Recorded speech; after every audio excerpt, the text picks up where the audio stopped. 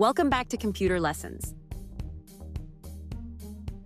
We have given our computer eyes to see with the monitor and hands to feel with the keyboard and mouse.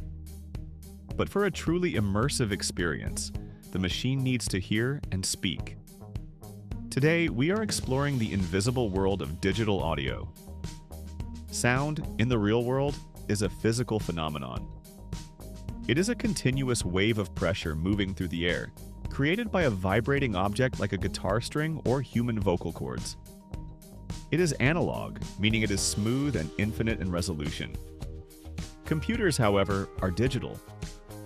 They cannot store a continuous wave. They can only store individual steps, zeros and ones. So how do we capture a smooth, flowing wave of air and trap it inside a silicon chip? The process begins with a microphone, which acts as the ear of the computer. Inside the mic, there is a diaphragm that vibrates when sound waves hit it, converting the air pressure into a fluctuating electrical voltage. This is still an analog signal traveling down the wire as electricity. To get this into the computer, we need a translator called an ADC, or analog to digital converter. The ADC takes this continuous electrical wave and slices it into tiny, separate pieces. This process is called sampling. Imagine filming a movie.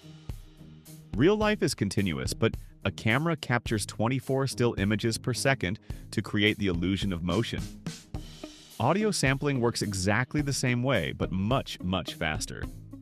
Why such a specific number? This is determined by the Nyquist Theorem, which states that to digitally capture a frequency, you must sample it at least twice its speed. Since the upper limit of human hearing is roughly 20,000 Hz, we need to sample at least 40,000 times per second to capture everything we can hear. If we sample too slowly, high-pitched sounds disappear or turn into robotic noise called aliasing. High-resolution audio uses 96 kHz or even 192 kHz, capturing frequencies dogs can't even hear. While theoretically better, there is a fierce debate about whether humans can actually tell the difference. The second pillar is bit depth. While sample rate measures time, horizontal, bit depth measures amplitude or loudness, vertical. It determines how accurately we can record the volume of each snapshot. In CD quality audio, we use 16-bit depth. This gives us 65,536 possible levels of loudness for every single sample. This is usually enough for the human ear, providing a dynamic range where the quietest sound and the loudest sound are perfectly distinct. In professional studios, we use 24-bit audio, which offers over 16 million levels of loudness. This creates an incredibly low noise floor, meaning you can record a whisper and a jet engine in the same file without hearing digital hiss. The combination of sample rate and bit depth gives us raw, uncompressed audio, usually in the WAV format. The problem with raw audio is that it is huge. A few minutes of uncompressed sound can take up 50 or 60 megabytes. In the early days of the internet, this was impossible to stream. Enter compression and the famous MP3. MP3 is a lossy format, meaning it deletes data to save space. It uses psychoacoustics to trick your brain. If there is a loud drum beat and a quiet flute playing at the exact same moment, your ear physically cannot hear the flute because the drum masks it. The MP3 algorithm knows this, so it simply deletes the flute data to save space. It throws away what it thinks you won't notice. However, if you compress it too much, the audio sounds watery and metallic.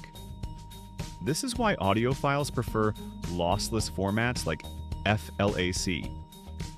FLAC compresses the file like a zip folder. It makes it smaller for transport, but when you play it back, it unpacks perfectly to the original quality with zero data loss. Now that we have the data, how do we hear it?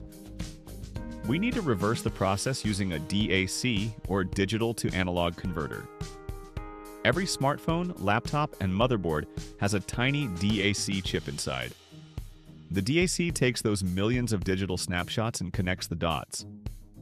It smooths out the staircase of binary code back into a flowing electrical wave. This analog signal is then sent to an amplifier. The amplifier boosts the weak signal and pushes it into your headphones or speakers. The speaker creates physical motion, pushing air molecules to recreate the pressure wave we started with. The journey is complete, from air to math and back to air. The quality of your DAC matters. Cheap onboard audio chips inside computers are often surrounded by electrical noise from the CPU and graphics card. This interference can cause a subtle hiss or buzzing in your headphones. This is why professionals and enthusiasts use external DACs. By moving the audio processing outside the noisy computer case, you get a pristine black background for your music. You hear details in your favorite songs that you never knew existed. We must also briefly mention wireless audio. When you use Bluetooth headphones, the digital signal is sent through the air to your headset. This means the DAC and the amp are actually located inside the ear cups of your headphones, not in your phone. Because Bluetooth has limited bandwidth, the audio is almost always compressed again.